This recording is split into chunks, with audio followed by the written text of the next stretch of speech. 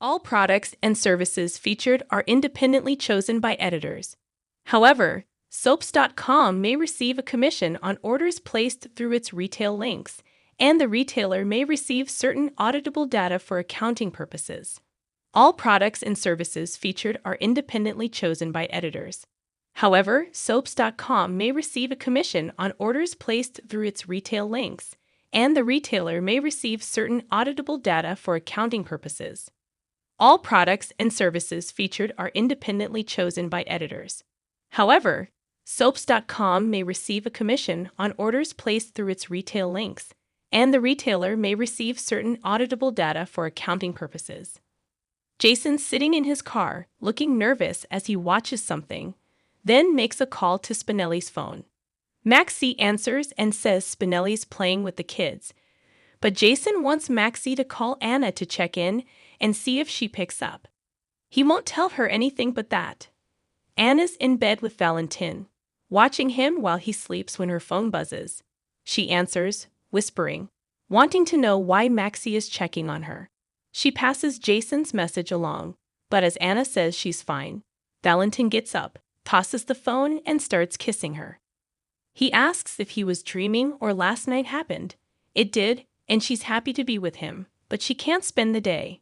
He asks her to stay, and he'll make breakfast. Then they start kissing again.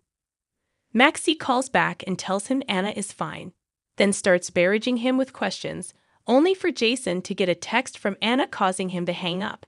She's fine, and he needs to go before V spots him. Downstairs, Anna's going through the living room and hears a clang in the kitchen. She asks if Valentin needs help as she rifles through his stuff and finds a satellite phone hidden in his books. She puts it back as Valentin comes in with breakfast. She's taken aback, though, when he says he'd like to spend the rest of his life trying to impress her. She wants to and loves him, but their lives don't fit. It's impossible for her to imagine a life together after what she did for Charlotte. Impossible in Port Charles, but maybe not elsewhere, he responds. He could have left at any time, but he didn't because of her. He can't give up on them getting back together. He asks her to at least consider the possibility. Nintendo will remove X from its Switch console. She will, but she has to go. He walks her out and promises to talk tomorrow. Kissing her goodbye, she composes herself outside and leaves as Valentin watches from the window. Brennan joins Carly in the visitor room. I needed to see you, she says. She needs his expertise working for the WSB, but doesn't know if she can trust him. You can't. He clarifies she's the only one she can trust. Think carefully about who she confides in. With that said, the only thing he stands to gain if she confides in him is a return visitor. She tells him about the FBI's evidence against her and how it was used against Jason. You've gotten yourself into quite a situation here, haven't you? He tells her the FBI will never honor their agreement with Jason. Finn, meanwhile, leaves a message on Chase's phone, telling him not to do this. Violet needs him, and he needs her. He hangs up, and there's a knock at the door. It's Diane. She hands him copies of the emergency court order granting Chase custody of Violet and a restraining order barring him from coming near Violet. He flips out, and she tells him they couldn't have gotten the emergency custody order without good reason.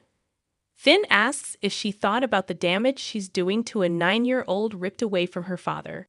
Diane passes along a message that Violet is doing great and having fun, and when she tells Finn his daughter is waiting to break her breath holding record until he can watch her, he breaks down. You can't take my little girl from me. She leaves after warning him getting arrested in front of his daughter will make things worse. Finn pulls it together, picks up the phone as soon as she's gone, and calls Scott. When he gets over, Finn lays it all out, asking for help. Scotty asks what happened with Tracy and Violet, but Finn insists the papers exaggerate what happened with his bad night. Scott looks uncomfortable as Finn rants about the Quartermaines lying to Violet, Brooke Lynn, and Chase always looking to steal his daughter. He says Finn needs someone from Nene or the hospital to go to bat for him, but Finn admits he quit his job. They can sue the hospital for defamation. Scott can keep all the money they make. Finn just wants Violet back. He rants some more, asking why Scott isn't taking notes.